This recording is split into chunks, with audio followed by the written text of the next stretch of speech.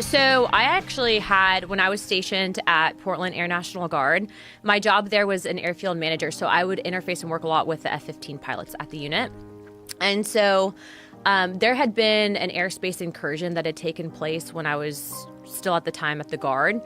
And I remember kind of talking to some of the pilots about it, and I was like, what was that? And they're like, we can't really talk about it. No one really wanted to address it. And so from what I'd gathered, that had been likely a UAP. And so that kind of was my perspective. Granted, I also grew up in the generation of the X-Files and, I don't know if you remember 94 Independence Day. So like for me specifically, I didn't look at it with like a crazy lens of perspective. I'm like, you never know if, we're the only ones out there essentially. But why did you assume that if it's a top secret incursion that he couldn't talk about, that it wasn't just a military craft from another country? Because of the way that he was discussing it. What did he say? So he had been, he didn't want to, from what I gather, get taken off flight status. And he's like, I really can't discuss it.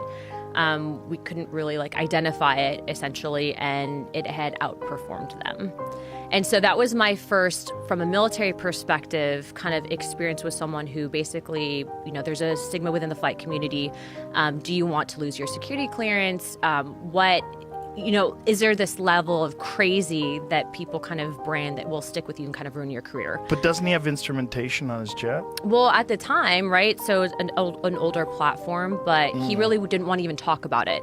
And I bring that up because now with our investigation and the task force that I run, actually the reason why the task force was formed was because of an event that happened at Eglin Air Force Base where both myself, Representative Matt Gaetz, and Representative Tim Burchett actually had responded and gone to investigate multiple Air Force pilots that had come forward in regards to UAP incidences that had occurred, and they were alleging that the Air Force was covering it up.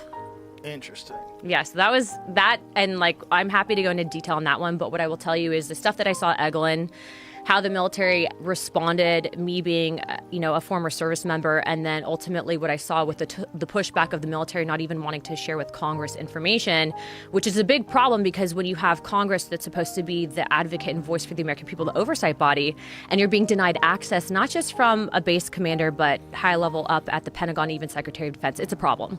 Do you think that it's possible that these are U.S. vehicles that are top secret? I definitely think that there's a level of advanced technology that the U.S. government has. And I think that tech can be housed within the defense contractor realm. And of course, some information is going to be classified. But I can also tell you, and this might sound crazy, but based on our investigations and stuff that we've seen, okay, there is definitely something that I think would rival what we know currently with physics, and a tech that potentially is out there that we don't have the ability to reproduce, because it would basically be like dropping a cell phone right off back during the time of maybe caveman. So we just don't have the tech to develop it yet. What I can also tell you is based on our interviews, and this has been something that you can go back and watch with the congressional hearings, but I was actually able to ask some of the witnesses, what are these things? And they keep saying interdimensional. And then when you talk about the interdimensional aspect of, are these things pre-existing, maybe outside of what we currently know as our own dimension? That stuff can kind of all sound crazy, but at the end of the day, my job as an investigator is to receive all the information, decipher it, and then ultimately from a congressional aspect, if you do have contractors that are withholding information or operating outside of the purview of the federal government, there's budgetary issues, but there's definitely something that I can tell you with confidence that exists that we don't know how to explain currently. So when you say that it operates outside our understanding of physics, what specifically are you saying? What happened?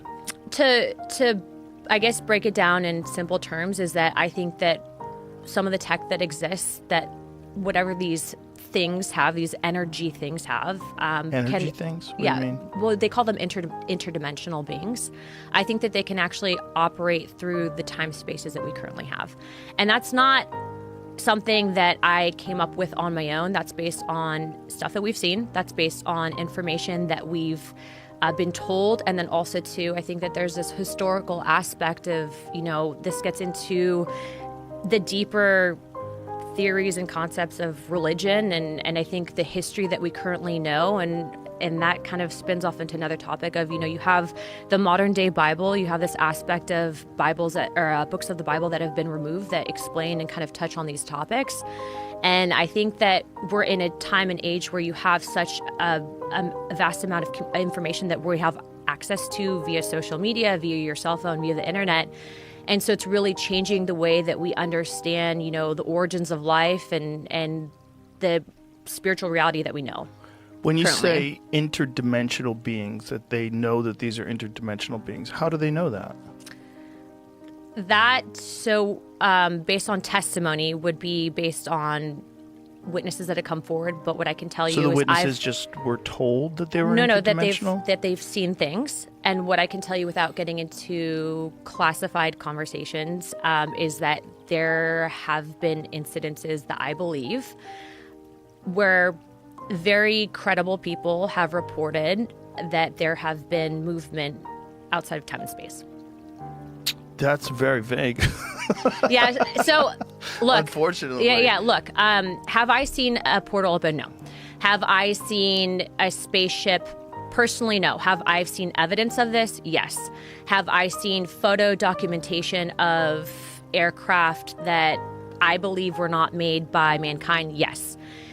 Is there historical significance to this? Yes. Is there multiple events that go back to, I would argue, maybe even before the time of Christ that have documented this in text? Yes.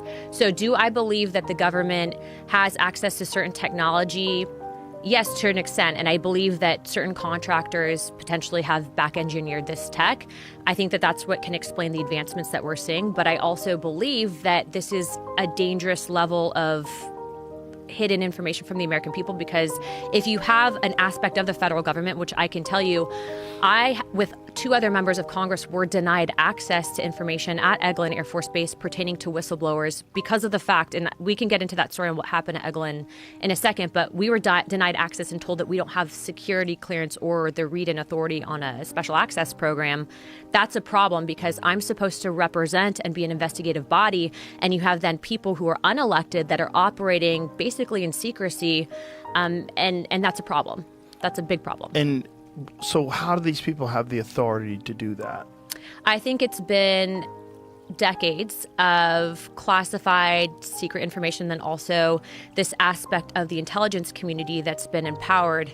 And it's kind of serendipitous with timing, because when you talk about the intelligence communities and what they've done essentially to the trust in this country with the American people, I think this goes all the way back even into JFK, with how they basically have operated outside of the purview of Congress and basically to an extent have gone rogue up until recently. You're seeing a big push and pull to try to rein in these intelligence agencies currently.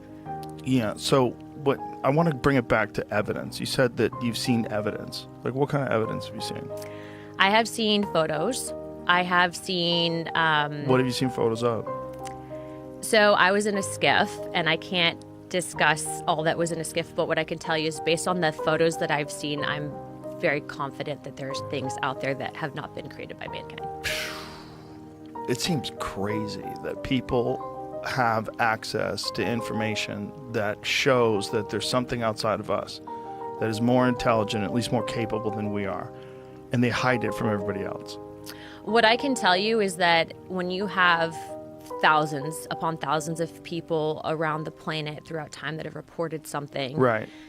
To say that those people are crazy, to say that, the whole concept of even just asking the question that you might not necessarily be psychologically sound, that in itself, that's a disinformation campaign to get people to shut up about it. And that's a problem. We know that the U.S. government has not exactly been clean, and a lot of what they've done with the American people, specifically to the topic of UFOs. Which makes you think that it's probably because there's something there. If you think about the motivation they had with Project Blue Book, when J. Allen Hynek was running Project Blue Book, this specific intention was to discredit all stories. And he ended up ultimately, though, after all of his investigations, becoming someone that was like, I think there's something here. But that's true.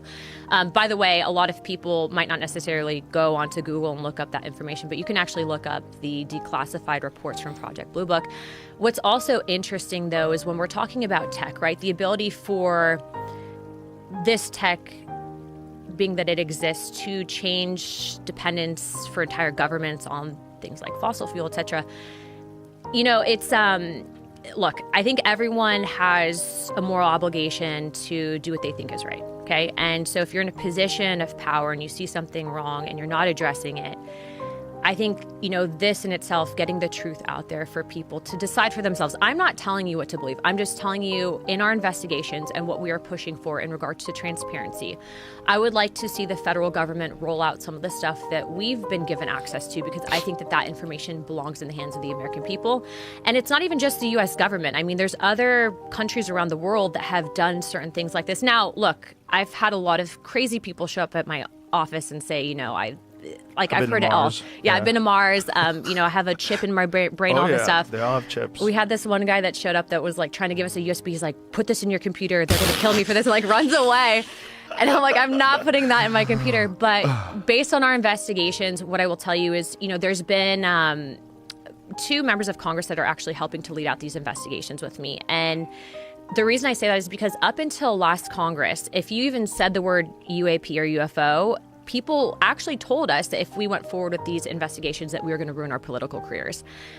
And so, we're in the mindset of, well, like, why wouldn't we ask these questions? And also, too, if no one wants to touch it, like, there has to be something here, right? Right. And so in these investigations, I mean, the amount of people that will come up to us, very successful people, to multiple members of Congress that believe the same thing, it's definitely changed in regards to the stigma that used to exist about disclosure and all this. And so what we're trying to do currently there's a big documentary that was filmed about a year and a half ago, and we're trying to get a screening up on Capitol Hill. But look, I think a lot of people say, well, this is a distraction from everything else happening in the country right now. And all I'm simply trying to say is it's not a distraction. The people that are kind of helping to divulge all this information, you have an intelligence community, Tulsi Gabbard, Radcliffe, Kash Patel. They have been truly, in regards to our other investigations, extremely transparent and wanting to get this information out. But it doesn't mean that within these intelligence communities there isn't pushback.